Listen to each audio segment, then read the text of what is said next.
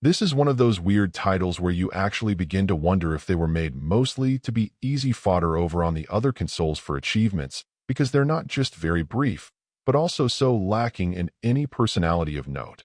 Sure, at a budget-friendly price, perhaps there isn't a need to do more than just deliver the goods. Only even in that mindset, I'd argue that the library of indie games already out there may have a better option or two already, even in terms of play.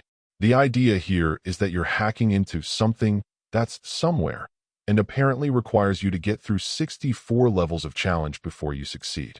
I do understand how games can work on the strength of play alone, not needing a real story. Hello, golden arcade years. But in this case, there's no doubt that some flavor could have added something to the mix to make the experience a bit more interesting.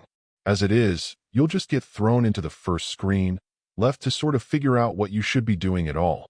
And given all of the numbers and visual noise on the screen, I assure you that just pressing up, down, left, or right, and following what is highlighted is the least interesting possibility I could see there.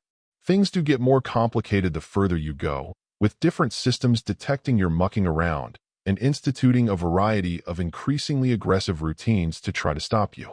These distractions do range pretty wildly, and some will require you to make adjustments. But overall, it won't typically take you all that long to adapt. If you fail, thankfully there's a checkpoint system in place, so you won't lose all of your progress. Just get knocked back a number of screens to try to prepare yourself for the challenges once more. Then, once you get far enough, it's just sort of over. Again, given the lack of an overall narrative or something more interesting driving, you'll just have the gameplay to satisfy yourself with. But it's honestly not all that interesting in the end.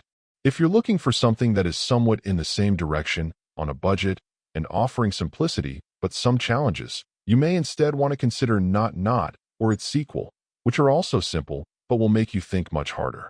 If you're just looking for something to test your dodging skills, there are a wide variety of choices as well, ranging from just shapes and beats to Disc Room, and a variety of other titles. In the end, this feels almost more like a mobile game, with so much simplicity and so little to get you engaged, that even finishing it I'd consider it quickly forgettable. Overall, my final score for the game ended up being a 6.2. And if you're interested in picking it up, it's currently available on the Switch eShop for $4.99. Thank you for taking the time to listen to this review. And if you'd like more information or ideas of indie games worth checking out on the Switch or the Switch 2, be sure to click on the link provided in the description. Until next time,